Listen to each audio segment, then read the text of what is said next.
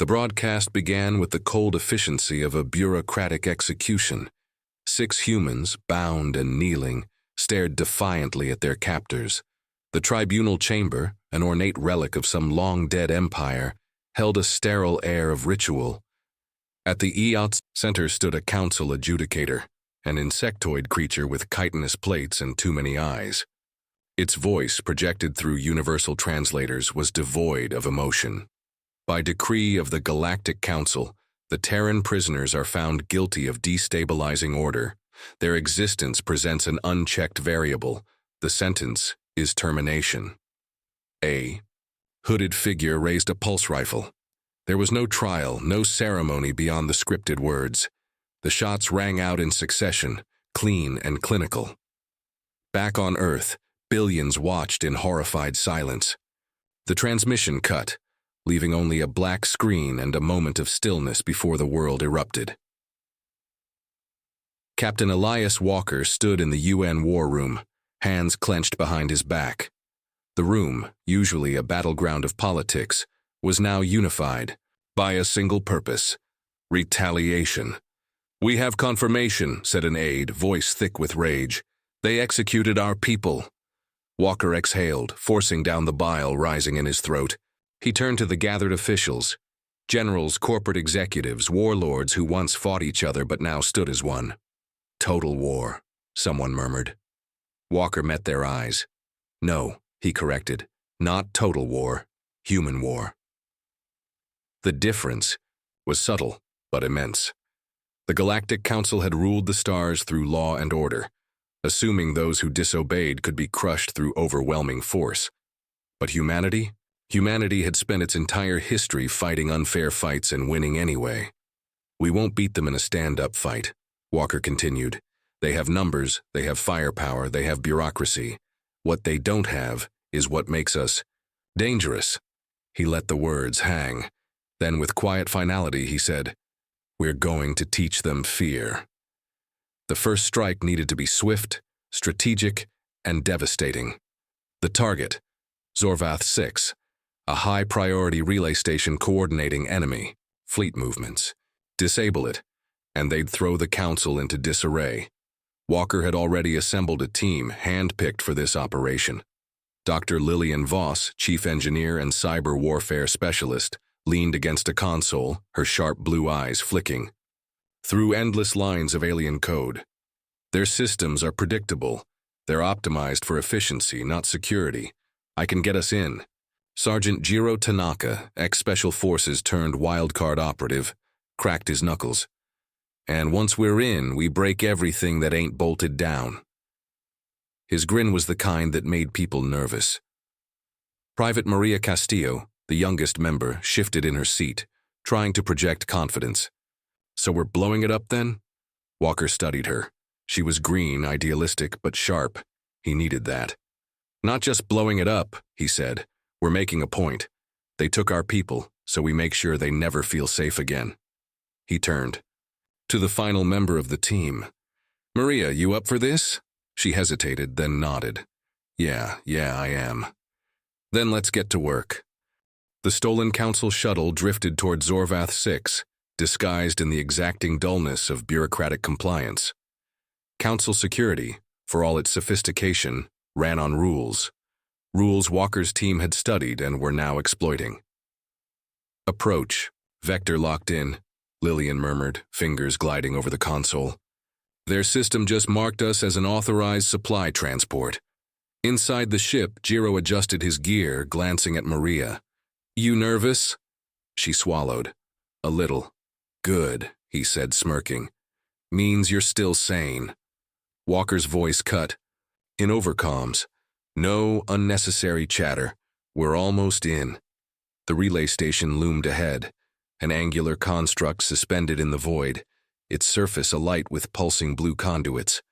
It housed thousands of enemy personnel, a small army of elite guards, and defenses that could vaporize an entire fleet. And in less than an hour, it would be worthless. The docking sequence completed without a hitch. As they stepped into the station's corridors, the air was thick with the sterile hum of automated systems. Lillian split off toward the control hub. "Give me 20 minutes," she whispered. "Then the whole place will be blind." Jiro, already palming a stolen keycard, gestured toward an elevator. "Think I'll go cause some creative distractions?" Walker nodded. "Just don't overdo it." Jiro gave him a look. Walker sighed. "Just don't get caught." Maria followed Walker toward the power grid, her pulse hammering in her ears. The walls were too smooth, the lighting too even. This place felt wrong, like a machine pretending to be a city. "You good?" Walker asked. She exhaled. "Yeah, just first time being the invading force, you know?" Walker's expression softened. "War doesn't care who the invader is. It only cares who adapts." Ahead, a patrol of council guards turned the corner. Walker raised his silenced pistol. 2 quiet shots, and the bodies slumped. Maria forced herself not to flinch. "Stay sharp," Walker said. "We're just getting started." 15 minutes later, alarms blared across Zorvath 6. "Security breach detected, lockdown initiated." Lillian's voice cut through comms. "I may have poked their security harder than intended." Jiro's laughter followed. "You hacked their fire suppression into their security grid. The station thinks it's on fire." Walker sighed. "Extract now." The sabotage was complete. Communications were scrambled. The station's automated defenses turned on their own ships, mistaking allies for enemies. What was once a beacon of order was now chaos incarnate. The team sprinted toward the evac point. Maria lagged a step behind, stealing one last look at the crumbling station. It wasn't just an attack. It was a message. They came for us. Now, we come for them. Walker grabbed her shoulder. "Move!" They boarded the stolen shuttle as explosions rippled through the relay station. The Galactic Council's grip on order was slipping, and humanity was just getting started. As the ship roared into the void, a transmission echoed across the sector. "You murdered our people. Now we fight on our terms. There are no safe harbors." The war had begun. The aftermath of their first strike was everything humanity could have hoped for, and more than the Council could have ever feared. With Zorvath 6 in ruins, enemy fleet movements were paralyzed. Council commanders, creatures of routine and hierarchy, found themselves drowning in their own disarray. Orders arrived garbled. Reinforcements clashed with allies they mistook for hostiles. Panic spread through the ranks like wildfire. The strike team's message, "There are no safe harbors," was not just a threat. It was a truth the Council now had to live with. Yet for all its success, the mission had only been the first move in a much larger war. Walker and his team sat inside the dimly lit war room aboard Black Sky, their stolen Council corvette. Their next mission had just been outlined. Rivos Prime was a strategic linchpin, an industrial world producing warships, munitions, and the very supplies that fueled the Council's vast military machine. Destroying a single relay station had caused chaos. Shutting down Rivos Prime, that would put a dagger to the Council's throat. Lillian flicked through the data streams. "We're looking at a heavily fortified planet. Automated defenses, garrisons, and orbital patrols. Any conventional strike would be suicide." Jiro, leaning back with a grin, exhaled through his teeth. "Good thing we never do conventional." Maria, still new to the group's dynamic, frowned. "Are we just supposed to waltz in and plant a bomb?" Walker shook his head. "We won't need to plant one. We'll make the Council do it for us." Silence. Then Lillian's eyes gleamed. "You're thinking infiltration and sabotage. Force them to turn their own firepower against themselves." Walker nodded. "We use their paranoia against them. They know we're here. Let's make them see us everywhere." The plan required slipping onto Rivos Prime under the guise of captured prisoners. Their ship, already marked as stolen, would be the bait. A falsified distress beacon did the rest. As the team sat in the Black Sky's holding cells, bound with just enough restraint to look convincing, Jiro grinned at Maria. "First time being arrested?" Maria exhaled, flexing her wrists against the loose restraints. "First time pretending to be arrested." "Well," he smirked, "welcome to the club. Membership's free, but the initiation sucks. Their comms crackled. Lillian, still on the bridge under an altered voice print, transmitted a frantic distress call to the Rivos defense station. This is the rogue vessel Black Sky, requesting immediate surrender. We have critical intelligence on human insurgents. We request... A harsh, guttural response cut in. Acknowledged. Redirect to Docking Bay 9. Non-compliance will be met with lethal force. Maria's stomach twisted as they descended into the planet's atmosphere. Outside, a fortress world loomed, a mass of spires and automated factories belching fire and steel. Walker sat across from her, unreadable as ever. "You scared?" he asked quietly. She hesitated. "A little." "Good. Fear keeps you alive." The ship rumbled as it touched down. Doors hissed open. Armed guards flooded in, weapons trained. The team stayed silent as they were yanked to their feet and led down sterile corridors, directly into the belly of the beast. Their captors led them into a high-security detention block where interrogators waited. The process was mechanical: decontamination, scans, assignment of prisoner ID codes, and then the first crack in the Council's armor revealed itself. Prisoner. Classifications? One of the guards asked, a reptilian officer whose sleek exosuit gleamed under artificial light. The processing droid hesitated. Unknown species combat protocol. Unavailable. Error. No existing template for Terran prisoners. Walker smirked. They hadn't even built proper systems for handling humans yet. Lillian's hidden implant transmitted a silent command, activating the virus she had planted back on Black Sky.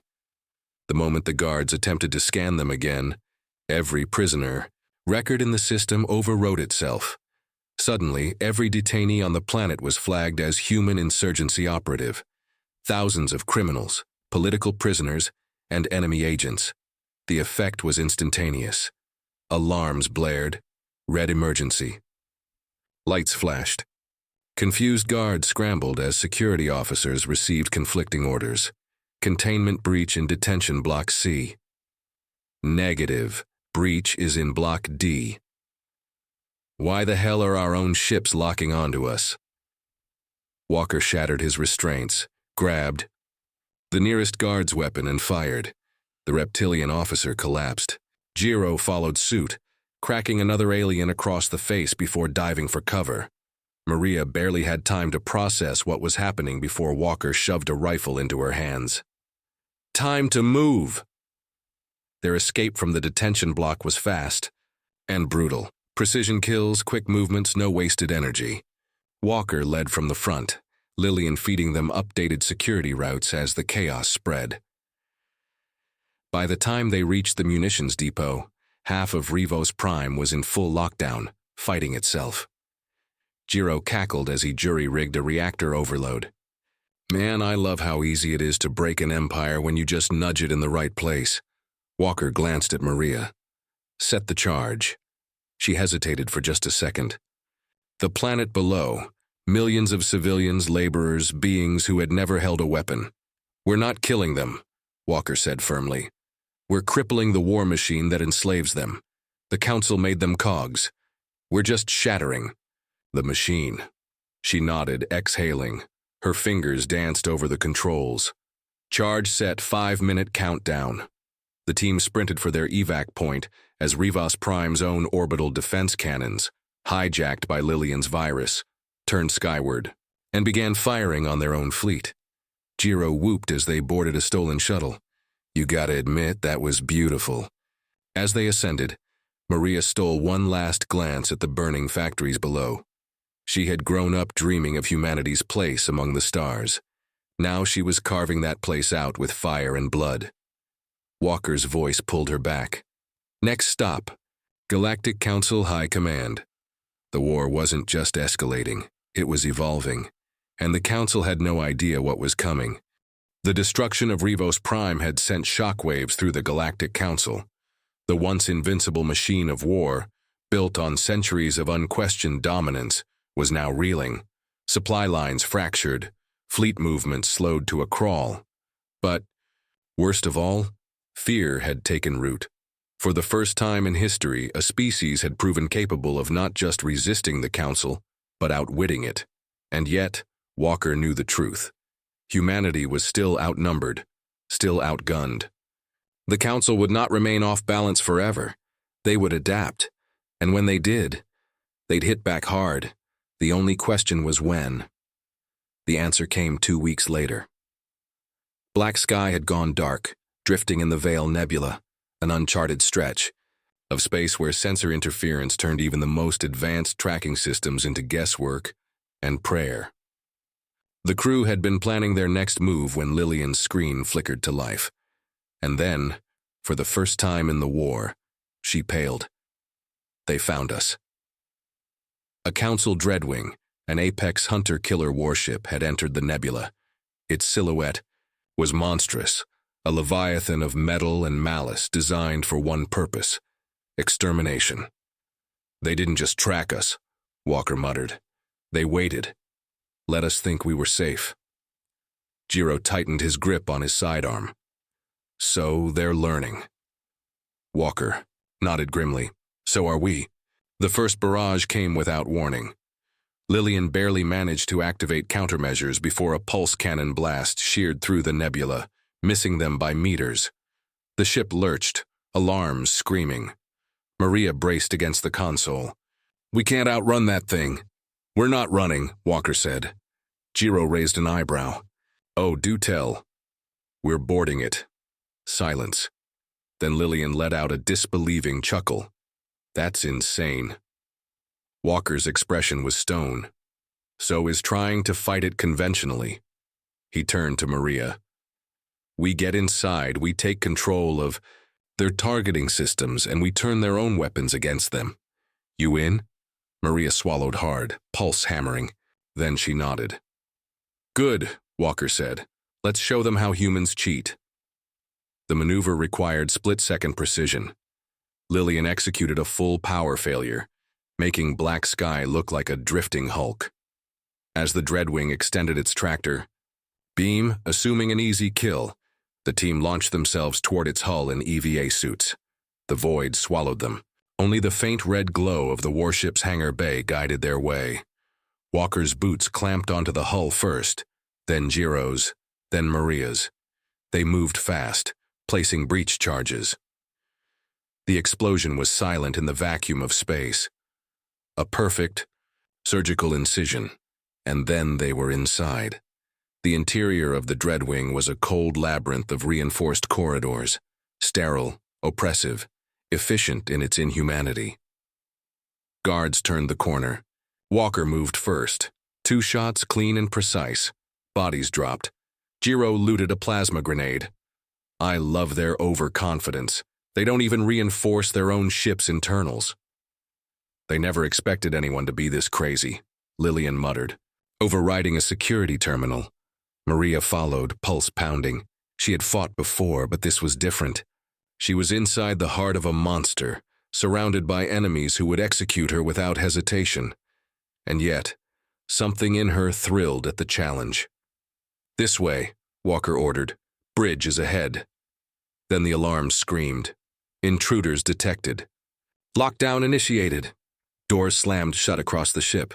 The halls pulsed with emergency lights. The Dreadwing had awakened. In the reactor chamber, Walker activated his comms and patched into the Dreadwing's emergency channel.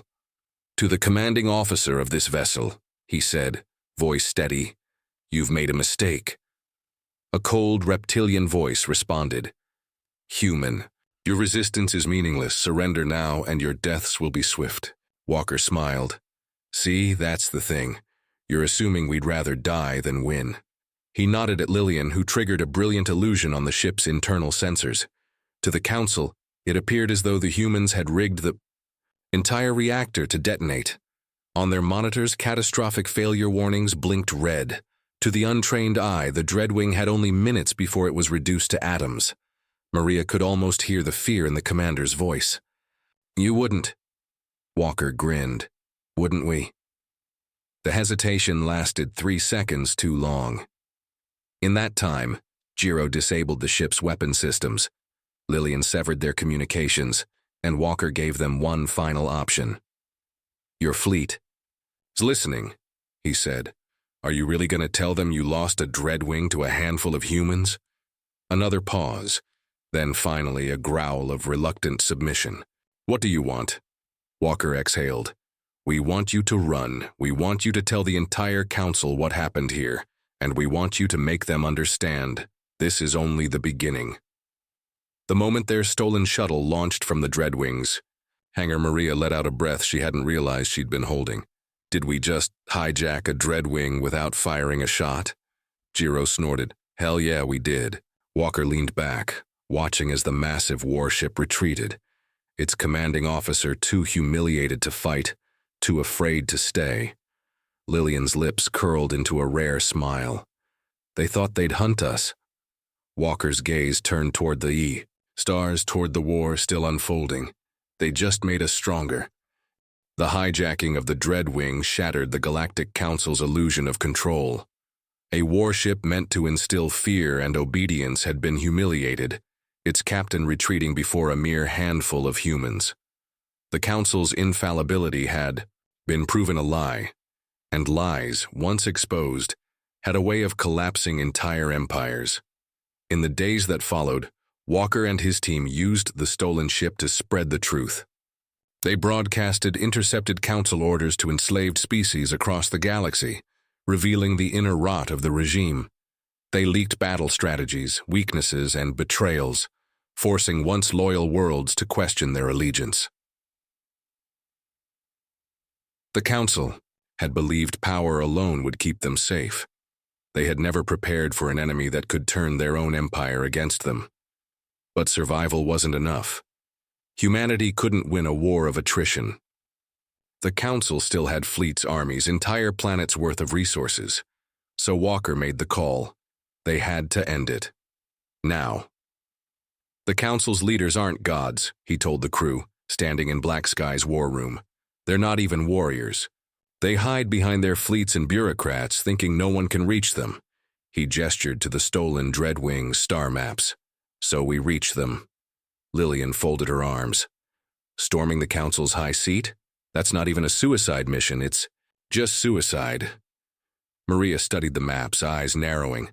"Not if we make them invite us in." Jiro smirked. "I like where this is going." Walker's final plan relied on a single truth. The Council still didn't understand humanity. They saw humans as violent brutes, a species of reckless aggression, which was exactly what Walker wanted them to believe. Using the captured Dreadwing, they sent a transmission on an open council frequency, falsifying damage reports and distress calls. "This is Captain Raxil of the Dreadwing Eviscerator," Lillian said in a flawless mimic of the council officer they had previously tricked. "Human insurgents hijacked this vessel. We recaptured it, but our systems are compromised. Requesting immediate docking at high seat for security protocol purge." Silence, then a response. "Eviscerator, you are cleared for approach." Maria exhaled slowly. They bought it. High seat wasn't just a planet, it was the center of the Empire, a fortified megastructure orbiting a dying star where the Council ruled from their ivory towers, untouched by war. The Dreadwing docked, and the team, disguised in captured Council armor, walked freely into the core of enemy power. No alarms, no suspicion. Jiro muttered under his breath. "This is either the dumbest thing we've ever done, or the most brilliant." "Both," Walker said. They reached the council chamber, an opulent hall where the galaxy's rulers sat in a floating circle of thrones. Maria felt a chill. These were the beings who had executed human prisoners like they were nothing, who had seen her people as animals, not warriors. They barely glanced up as the humans approached. To them, underlings were invisible. Walker activated his stolen credentials, broadcasting his voice across every council frequency. "This is Captain Walker of Earth. Humanity has a message for you." Gasps, shock. The guards moved to react. Too late. Jiro dropped the first with a plasma shot. Lillian hacked the security lockdown in seconds, sealing the chamber from the inside. The counselors trembled, trapped within their own seat of power. One, a towering insectoid, hissed, "You cannot hope to defeat us." Walker stepped forward, gun lowered, voice calm. "We already have." He gestured to Maria, who activated a galactic broadcast. Across the stars, every species under the Council's rule would see what happened next. Maria spoke, voice steady. "The Council murdered human prisoners, believing it would break us. Instead, it created something it couldn't control. We were alone once. We aren't anymore." The broadcast cut to dozens of revolts, ignited by the information Walker's team had spread. Entire fleets defecting, slave worlds rising, Council, commanders turning on each other. Walker turned to the Council. "Your empire is over. You have one choice. Step down." Silence. Then the insectoid laughed, bitter and cruel. "You think killing us will end this," it sneered. "Without the Council, the galaxy will burn." Walker shook his head. "No. Without masters, the galaxy will finally be free." By the time Walker's team left High Seat, the war was functionally over. The Council fell, not in a blaze of human firepower, but because its own people rose against it. Gyro whistled as they boarded Black Sky. "So what now? We declare ourselves galactic overlords?" Walker smirked. "Not our style." Maria gazed at the stars, eyes filled with possibilities. "We rebuild, on our own terms." And for the first time in history, humanity was not just surviving. They were leading.